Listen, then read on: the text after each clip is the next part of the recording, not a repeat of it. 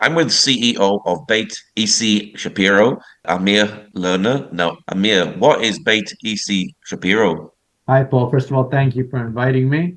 It's great to be here. Beit Issie Shapiro is a pioneering organization in Israel dedicated to making the life of people with disabilities better and more equal, and so they can be fully engaged in their communities.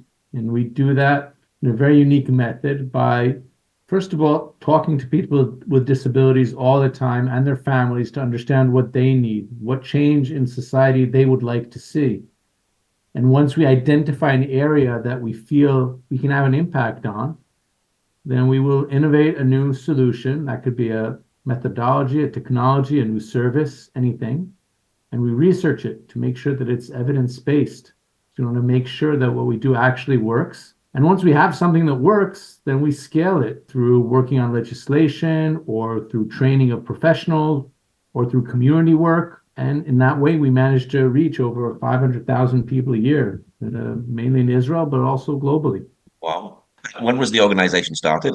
The organization was started about 44 years ago by Issie Shapiro's daughter in his name, Naomi Stuchiner. She received just a couple of years ago the Israel Pride, the highest civilian honor in Israel, for lifetime achievement of creating Beit Issie Shapiro, which started as a very small organization serving 13 children. And today, we're, like I said, a world-reaching organization. What sort of projects do you run? I'll give you an example of that model of a change that I was explaining earlier. We have at Beit Issie Shapiro an early intervention center that's for children with significant developmental gaps, 6 months to 3 years old. They come here every day, 6 days a week, from the morning until the afternoon, and they receive here all the therapies that they require in a educational and a social environment, and their family also receives all the support they need. Now, the center at Beit Issie Shapiro was the first such center in Israel, established about 38 years ago. And after it ran for a few years and we saw that it worked, then we started working with the Knesset in Israel on legislation. And in the year 2000, the law of early intervention was legislated in Israel. And today, based on the model developed here at Beit Issie Shapiro in Ra'anana and that law, there are 180 such centers throughout the country serving over 4,300 children and their families. And Israel can be super proud to be the only country in the world that provides such a comprehensive professional service to any family who has an infant with a disability born and would like to receive it, a service which is mainly government funded. Well, I imagine this relieves a lot of stress on the family as well when they have a disabled child. Oh, for sure. And that's why all the services we provide across all disabilities and all age groups, we focus on the person and on the family because we understand that it's a family issue and all the family needs support. And when we say family, we look at a wider family than usual. It's not only the parents, it's also the brothers and the sisters and the grandparents. Everybody's a part of this and everybody needs support, and we provide it as best we can. The kids love coming.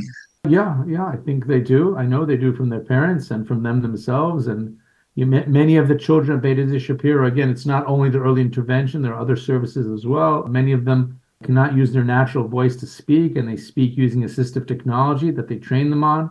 And in that way, they can also tell us how happy they are to come and how they're enjoying themselves, what they'd like to do. So we communicate with them as much as possible. Do you have both Arabs and Jews coming together?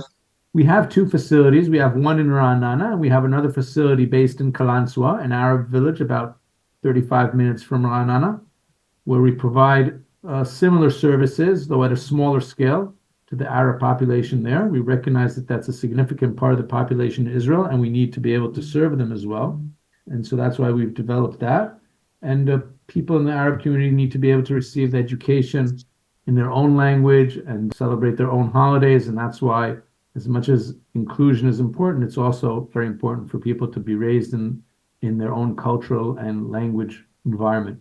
Now, it's Purim season, and you've just recently had a special event with partners from the Holon Institute of Technology. Tell us what happened there. First of all, I'll say that in a year like this year, it's not to be taken for granted and easily decided to celebrate Purim in the usual way. But since this has been an ongoing cooperation with the Cholon Institute for 9 years, and since these children are so special, we decided that it is right to go ahead and do a special celebration where we enable any child, not only for Beit Islie, any child who signs up to this program with a disability to achieve their dream, to be who they want to be, and for them to have the best and the coolest costume in the neighborhood. So the industrial designers from the Cholon Institute come to Beit Issie. We connect a team to each child, and they create amazing costumes, which I'm sorry I can't show you the pictures here over the radio, but amazing costumes using the wheelchairs and the walkers as part of the costume. And we had here, as can be expected in this year, Barbie dolls,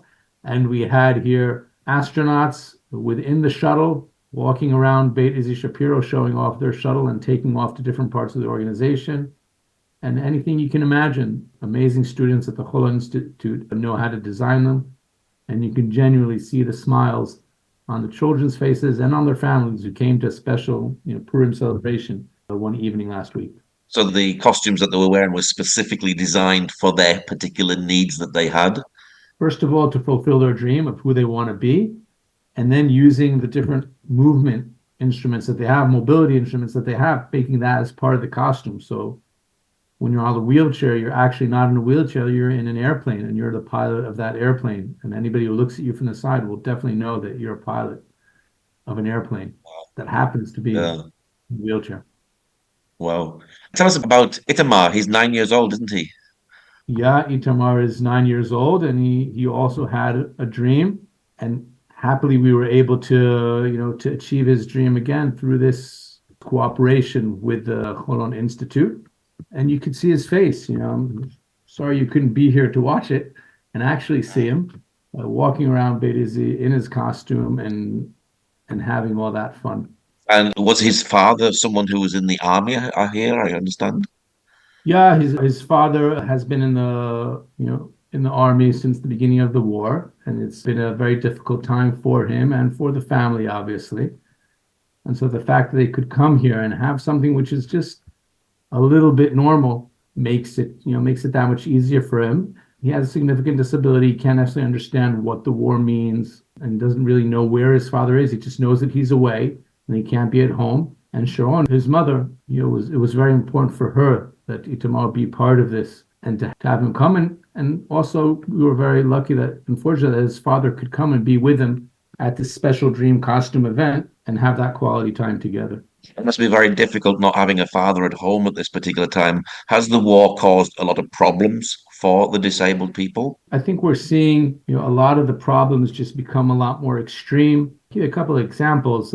We all know that many families were evacuated to the center of Israel, but also a lot of families decided to stay for many different reasons. Among them, families who have children with disabilities, and they felt that moving them from their natural environment into a new environment will be so stressful and high risk that they'd rather risk staying in the south than coming up north. And what Beit Issie did for these children is we would send buses to places like Netivot and bring families with their children to Beit Issie Shapiro for a day of respite, to be in our pool and in our sports center and our multi-sensory environments, and just have a day of relaxation and then busing them back. And we know that the parents were so grateful. And one of the social workers who came with them just told me that, at least for one of the children who came, it was the first time that he'd actually left the four walls of his house from the beginning of the war, because the family felt confident to come to a place like Beit Issie Shapiro for a full day. But I think That must have been so important for the family, I imagine. it's important for the family and for the children, and we've been doing that a lot, and we've opened all our services in general for free to all people who have been evacuated from the north or from the south, whether they have a disability or not. And I think one of the things Beit Issie Shapiro has decided to do during the war is to see where we can be relevant, not only in the things that we've done over the years, but in areas, in new needs that arise. And we've seen hundreds of people coming into Beit Issie over the past few months, either to get hydrotherapy, physiotherapy, emotional therapy, or just to have that respite that they need. And it's been fulfilling for the staff here as well to know that they are part of the effort of the Israeli population to get through this difficult period. Is it one big family there? It's a big family. Beit Issie Shapiro has over 300 employees, staff, and a lot of volunteers in addition to that. But yeah, it's a family place. I think, as like many nonprofits, the work here is very meaningful to everybody, and we work together, and there's a very much of a team spirit here in everything we do.